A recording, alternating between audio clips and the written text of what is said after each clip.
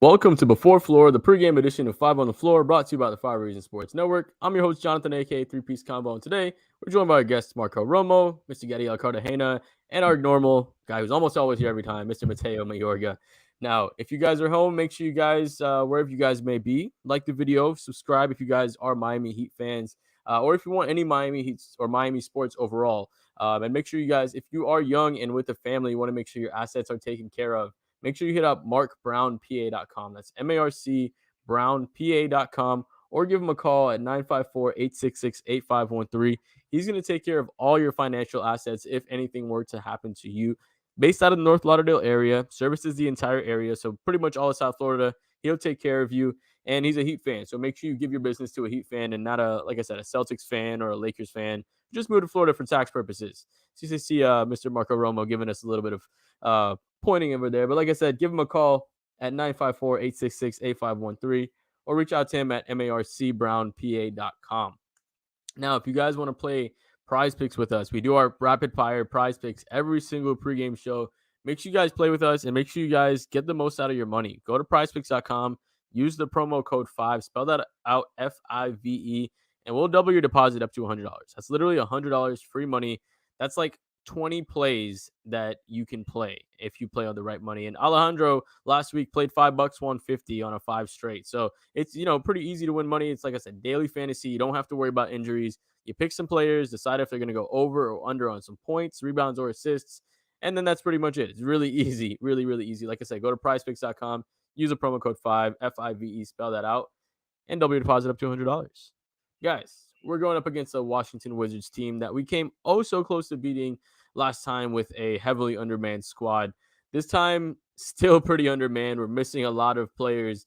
But I want to just talk about the things we did right last game against the Wizards. Not this last game, but the last game against the Wizards, we were going, like I said, severely undermanned, and it literally came down to the buzzer for them to be able to win that game. So, Marco, I'll start with you on this one. What were we able to do despite being undermanned that was allowing us to stay competitive in that game against the Wizards? Rebounding. Well, at least from what I saw, they won the rebound battle kind of pretty handedly in that game for Miami's standards this season. I think this game's probably going to come down to the same thing. They played good enough defense. The zone worked well enough for about the whole game. The Wizards, they were just kind of lost in the zone. They could have easily given Kristaps Porzingis the ball up in the free throw line area, and he would have killed Miami because he killed them in a couple of possessions. It just never went back to it. He was also really rough on defense, so maybe that's why they took him out for Taj Gibson, who was doing his usual Taj Gibson stuff, which is just fouling people. So yeah, I think Miami winning the battle on the boards really helped them out because the shooting was not helping them out as usual. So it was really about the defense and the rebounding, which is kind of a Eric Spoelstra staple and a staple of last year because they won a lot of games like that. Whenever they weren't shooting well, they would rebound well enough or even just out rebound the other team and play good enough defense till they had a shot at the end whenever they had, the Omer Yurtseven starting instead of Bam because they were hurt. It came down to those kind of plays last year, and this year they were close in that game. I think I'll see. I predict a very similar game tonight. It's going to be ugly. But yeah, that was what Miami did well from what I saw. I don't know about you guys, though. Mute, mute, mute. There we go. So, yeah. Now, we know this team is not complete. And Tiff, we actually don't know the starting lineup yet. There's still the questionables are still questionable unless any of you guys have any changes to that. That'll be released I think it's 30 minutes before tip is when the official ones are released. So probably at 7. Just keep your eyes on the Heat Twitter account. Cool. So this has been an ongoing problem, not only this season, but for the last couple of years.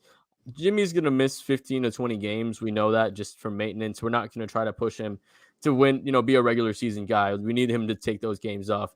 But somebody like Tyler Hero, that's somebody who's a little bit more uncertain. Like, he's young and he has that injury history as well. So, Mateo, I want to get to what does this team need to do to be successful despite having all of these injuries?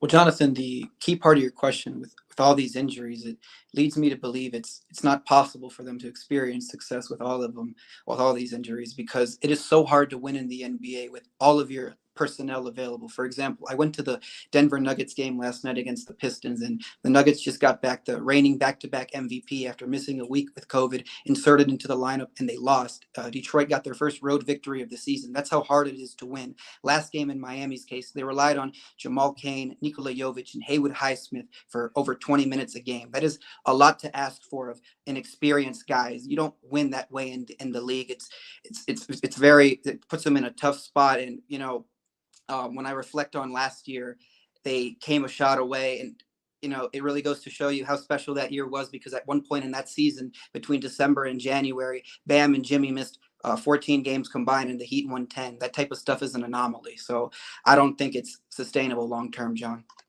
Yeah, it's unfortunate that we're already know that this team has a lot of holes, especially the size, the rebounding, the athleticism, and now adding and compounding the injuries on top of that just makes things so much harder for this team to remain competitive in what's been probably the more competitive division since LeBron's went to the West. Which, in my opinion, I feel like the division goes 4 or 5 teams deep that are true title contenders, and it's really just a interesting matchup. So let's get into tonight's matchup a little bit, Gad. Now, Porzingis last time went for, what was it, 20 and 17, I think, but that was an absolute absurd number. But what can we do differently this time to try to not allow him to be so successful?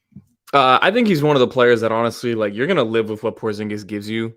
Like, he's the type of player where I'm like, you know what, if Porzingis wants to take 25 shots tonight, go ahead and take it. If he gets 30, he gets 30. But there's a chance he gets 18 on those 25 shots, and that could win you the game, honestly. So I think you kind of let Porzingis do what he wants to do. If he's gonna play in that middle of the zone, you force him into some mid range.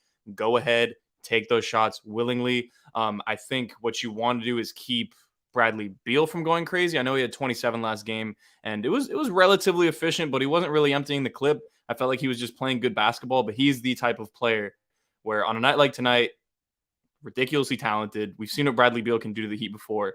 I do worry about him, but I think Porzingis kind of just like force him to take those shots in the zone and live with the result. Like, if you can turn him into primarily a jump shooter, which is what he likes to do anyways, I think that's a win for the Heat defense, given the personnel that they have. Let's get to tonight's matchup a little bit, Marco. Now, like we said, we're missing a lot of players. I'm just going to go through the injury list real quick. No Jimmy Butler, no Duncan Robinson, no Max Strus, obviously no Victor Oladipo, and then Hero and Gabe Vincent are questionable for tonight. So for this Miami Heat team missing a bunch of those guys, who steps up tonight for Miami? I pick a name out of a hat. Bam Adebayo. There you go. That's really who it has to be. Really, it's Bam.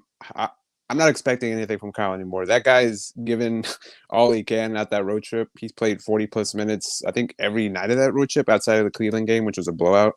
So I would say Kyle, but I can't ask more of that guy. That guy's shown you enough the past couple of games. He's done enough. If he has a good game tonight, that would be great. I wouldn't mind it, but it's really going to be Bam. He's kind of the guy that everyone's going to look at. And if Tyler's healthy, it's going to be those two. It's the young guys, and hopefully you get a Brooklyn Nets game like last year where those two guys went off and they just Bam pick and roll every single possession. So maybe you get one of those nights, and it's really going to be the young guys that you're going to look after, not including Jamal Cain or Haywood Highsmith, because like Mateo said, you're putting a lot of pressure on those guys that weren't expected to play a lot this season. Mateo, any other thoughts on who else can step up this specific game against the Wizards? Indeed, yes. Bam Adebayo is the popular answer because the two-way player making the max money. But how I see it, the engine to the Washington offense is Bradley Beal. And with no Butler out, I expect to see a lot of Caleb Martin matched up on him, or at least closing out on him in the zone. So he's going to have to do a pretty good job of preventing Beal from getting to his spot so easily and from finishing from the inside and out. The Heat are going to have to force, with the use of their 2-3 zone, Washington to take as many shots from deep as possible, because on the road, they only make 28% of their deep shots, John. Now, let's get to our prize picks for tonight. Unfortunately, Miami only has one option for the prize picks. It's Bam Adebayo, Gad. So, Over. Okay, so going over. We have it points at 21.5. Gad said he's going over on that. So, Yep, we're going over on that. But let's get to some of the Wizards guys. Marco, I'll start with you. Points, rebounds, and assists for Porzingis is at 30.5. Are you going over on that, or are you going under? God, I hate this because Porzingis, I used to have him on my fantasy team. I made a trade, so I actually want to go under from what I've seen from him when I had him on my team. I would go under. I think Miami's going to force, like Gad said, they're going to force him to beat them, not Bradley Beal. So maybe he gets those shots up, but I feel like that one's a toss-up. But I'm going to slightly go under. I am kind of undefeated on these pregame price picks, so maybe that keeps going. So, but again, don't listen to me for gambling. That's Brian's job, not mine. Yeah, gamble responsibly. If you have a gambling addiction, call that one number that I don't know off the top of my head because I don't have a gambling addiction. Kyle Kuzma, Mateo, is at that's 18.5 points. Are you feeling over on that, or are you feeling under? I'm feeling the over because he is a guy who can score from the inside and out. He's got good size, and from the mid-range territory, from shots 10 to 16 feet, he's making like half his shots this year. So if the Heat on pick and roll don't beat him to the middle, I think he can have a good night. So I'm going to go over. Gad, kick us off on tonight's predictions and let me know a key to tonight's game.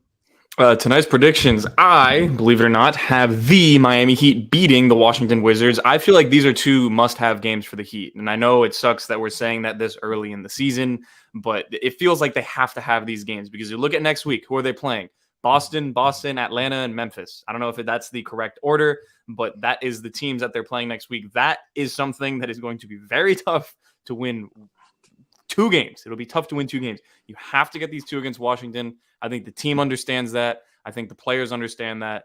We've seen some inexperienced moments from a lot of these guys, but they're playing at home. They're not playing on the road trip, which I think is much easier to play at home your first couple NBA minutes as opposed to playing on the road. So I think these guys getting good minutes at home. Hero being expected to play tonight definitely helps too, especially offensively. I'd love to see them spam Bam and Tyler pick and roll.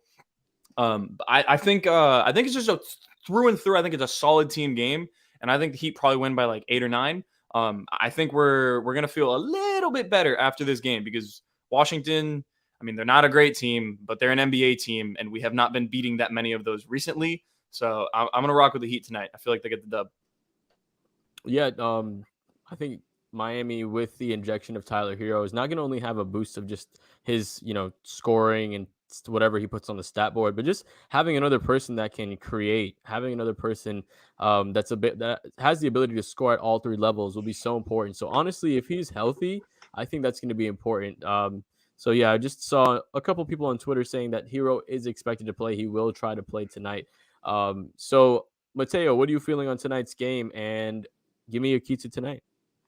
Well, some of my keys, like in the last game against the Timberwolves, why that one was kind of close. The Heat somehow, some way out rebounded the bigger Wolves also by 6 and came away with 3 fewer turnovers. This made sure they had 5 more field goal attempts in a close game that was virtually in the mud for them. I would like for them to do the same thing tonight, but I think it's going to be difficult. I hate to say it, but the Washington Wizards are a solid team. They have a favorable record in their building, and they are 500 on the road. I am calling a Washington victory tonight. Marco, finish us off, brother. Never gonna pick against the Heat, even if it bites me in the butt. I'm gonna go with the Heat. Probably, I think actually they win this one kind of around the 8-10 point range. I feel like this is one of those desperate games for Miami. Tyler coming back really helps. I saw a stat recently. The Gad's point about the pick and roll. The Hero Bam pick and roll is like the 6th most efficient duo pick and roll in the league. Behind guys like Steph and Looney, which is hilarious. That's all Steph. But it's kind of that I want to see. I want to see them just hammer that. I want to be like the Brooklyn Nets game last season. So I'm gonna go with the Heat, and hopefully I don't eat crow. Yeah, if you don't see this already, Marco knows ball. Yeah, it's like when Kobe and Kwame Brown combined for 81 points. That one game. That's like how Steph and which Kevin Looney is doing tonight. What's going on, PR Crazy? How you doing, man? Yeah, but I think this is a game where Miami has the opportunity to win. I think Washington is a solid team, but they're a team that has the ability to kind of shoot themselves in the foot a little bit. So I feel like if Miami is able to take advantage of that, not turn over the ball, do a little bit better just crashing the glass, I think we have a better chance tonight than we did last time. So, like I said, if you guys are Miami Heat fans, make sure you guys smash that like button. Make sure you guys subscribe. And also make sure you guys, if you're Hit not that already, notification. hit the bell for notifications. See, already on top of this. And make sure you guys, you go to prizepicks.com, use the promo code 5. We just gave you a bunch of free picks. Make sure you go to markbrownpa.com, marcbrownpa.com, or give them a call at 954-866-8513. Alejandro is going to take us away to the player interviews. Thank you guys for joining us. Pepas right. tonight. Hopefully Pepas tonight, like God says, and hopefully the Miami Heat can win. They're 6-10 right now, trying to get out of this 4-game losing streak that they are on right now after they lost all the games that they had on the road in the last couple of days. All right, let's continue with our pregame show tonight. The Miami Heat facing the Washington Wizards. That game should start in about an hour, 7:30 Eastern time. It's when this is supposed to start. Let's continue with Eric Spoelstra and see what he said about that game that the Miami Heat lost to the Minnesota Timberwolves. Again, blowing a large lead in the last couple of quarters. Here we go. Turning point, them just making the shots they weren't in the first half, or something that stopped for you guys?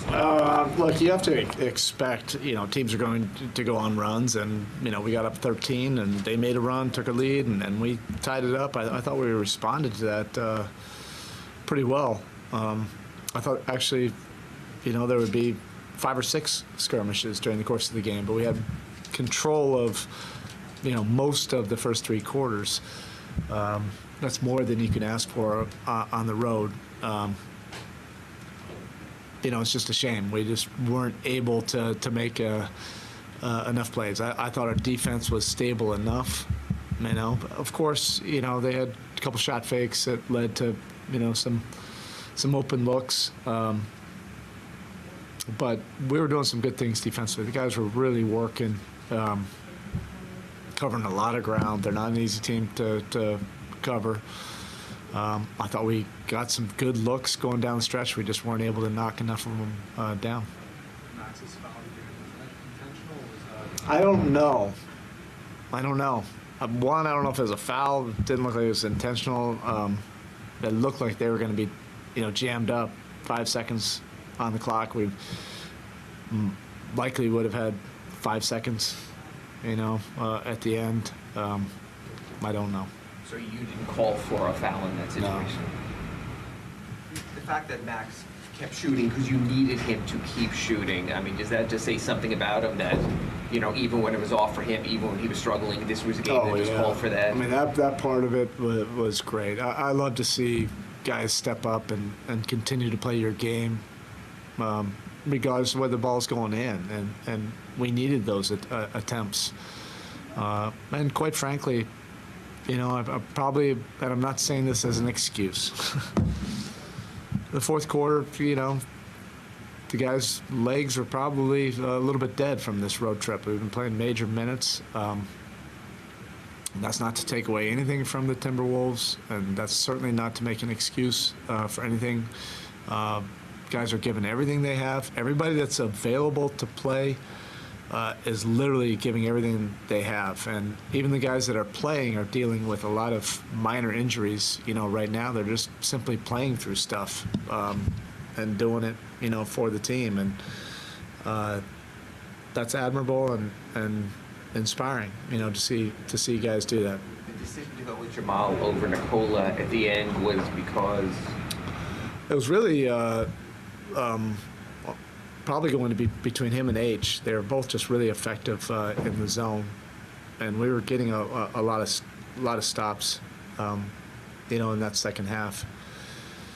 And I thought Caleb and Jamal were extremely disruptive against a very good offensive team. To be able to hold them to what we held them to, shows the activity level. But Nico again played good minutes in his role, and that's something we can build on. What does it say about Kyle to do with you on this trip? 50 minutes I can't say enough about Kyle Lowry, and that's why he has that reputation that he does as a winner. he's dealing with his stuff too, and he's just, I'm available, coach, whatever you need from me. If you need me to play 48, I'll play 48. And, he's basically been doing that every single game on this road trip. It's not something I like to do, sitting in this head coaching chair. That's where we are right now. At some point, hopefully, we'll be getting some guys back, even if they're not fully 100%. As long as they're close enough, maybe they can give us a little bit of reinforcements, even if it's just shortened minutes. That's where we are right now. Just give us whatever you have. Whatever you have, just give us. Even if you're used to playing 30 minutes, give us 15. If you're used to playing 20 minutes, give us 8. So we can kind of manage things right now. But Kyle's a warrior, and he's a competitor. So he likes these big kind of challenges, and he understands that this was, a really important road trip. We had, 3 really crushing close losses. That's not easy to handle, but we will get better from it. I promise Heat Nation for that. It was this close on this road trip to being something special with all the guys out. We just weren't able to do it. So we'll rest up and get ready for Wednesday. All right, thank you. All right, that was Eric Spoelstra promising Heat Nation that this will get better, that they're doing everything they can to try to get back in track for the Miami Heat. Let's check real fast. The last time I checked, Miami Heat was out of the playoff spots. They're still out 1 game behind the Brooklyn Nets, who are 8-10, and they are in the 10th place in the Eastern Conference. The Miami Heat only ahead of the Orlando Magic, Charlotte Hornets, and Detroit Pistons. Those are the only 3 teams that are behind the Miami Heat in the Eastern Conference Finals. They are, let me see how many games ahead. They are only 3 games, 3.5 games from the 6th place, 4 games from the 4th. That's, taking into account everything that is not that much. All right, let's continue with our pregame show. The next one's going to be Kyle Lowry, and then we're going to close it out. We're going to do a quick one today as we get ready to watch the Miami Heat facing the Washington Wizards tonight, 7:30 p.m. Had some control in it. Obviously, that third quarter, they started making some shots, and you're going to have to push back. What was the biggest challenge of trying to get over that hump and stay there against them? I think, that third quarter they made a lot of shots, and we missed shots also. We didn't get into our offense as smoothly as we did in the first half. I felt like we played solid defense throughout the game. Anthony Edwards got it going. He really got it going and kind of, won that game for them. But for us, it was just a learning lesson, and, it's a terrible trip for us by going 0-4, but we played extremely hard, undermanned, and you got to give a lot of these guys that stepped up some credit for, how we played these last 4 games, and just try to go home and just get one and just kind of started something there.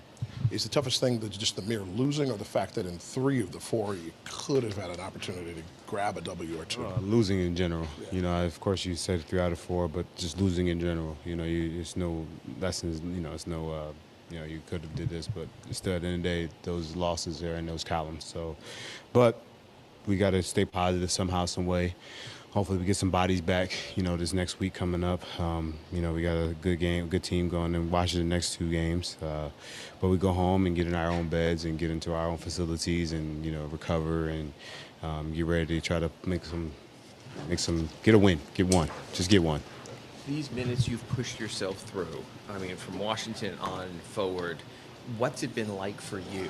Obviously you knew in a perfect world there would have been Jimmy, there would have been Tyler, there would have been other guys, and instead you can't really turn it. You're the only point guard with Gabe out. What's it been like for you pushing your body like this? I prepared for it. in the summertime. It's an unfortunate situation, but, I got to try to do whatever it takes to help my team win. And, unfortunately, like us being down bodies, I got to step up and keep playing. I know the games aren't going the way we want them to go, and the plus minuses aren't the same. But for me, it's about playing basketball, doing my job at the highest level I can possibly do it at. And playing these minutes are just, it's basketball. At the end of the day, I don't know how long I'll be able to play basketball the rest of my life. I want to play I still enjoy it and I have fun doing it. You're playing with younger players than maybe you might have anticipated, at least playing these kind of roles. So you have that play at the end of the first half where 8 strikes save the ball, but if he doesn't touch it, it goes the other end. And then Max's foul on Rudy when he thought he could put him to the line, a poor free throw shooter. What's it like for you as a veteran to have to guide your young teammates through moments that they need to grow from? You got to be able to just, understand time and situation. And, these guys will make mistakes, but they got to also know that they made mistakes. In those situations, they will have to look at the film. And for me, I'm going to say something, and I'm going to say it constructively to make sure they know that's, you got to think the game also. And it's not about playing, it's about thinking the game also. We can say this, that, and that, but you still got to use your mind at the right time and score. But those guys they were trying to make aggressive plays. And if you're trying to make aggressive plays and you just mess up, it happens. How hard is it to know kind of where this team truly is just because of all the injuries you guys have been dealing with? It's tough, but, we are where we are right now. We're 4 games under 500, but our record is our record. I feel like we're a better team than our record, but our record is our record. We got to try to get back to just chopping away at it a little bit at a time. We were 500. We had a chance to go to over 500, but we are where we are right now. We just got to continue to build and trust and fight and grow. Thank you, guys. All right, that was Kyle Lowry talking about the struggle for the Miami Heat in these games. They're just trying to get out of that negative atmosphere and energy that's going on around the team right now. They're 6-10, 6 games in the first 16, 6 wins. In the first 16 games. Of course, not what they were expecting when the season started. All right, thank you guys. Thank you for all your comments. We're gonna go ahead and close this one out really quick as we get ready to watch the Miami Heat facing the Washington Wizards on Friday. I promise you guys we're going to have a longer version of this pregame show here on the 5 Reasons YouTube channel. Remember, if you haven't done so, please subscribe to our channel, give it a thumbs up. Those likes help us to keep growing. There's 46 people watching now live. Please go ahead and like this video. Please go and like it and turn on the notifications so you get one every time we go live or we post a new video and we premiere it. So thank you very much. We'll see you later tonight here on the 5 Reasons YouTube channel. Remember, Pace and Spaces at halftime and the post-game show as soon as the game's over here on the 5 Reasons YouTube channel. Bye-bye.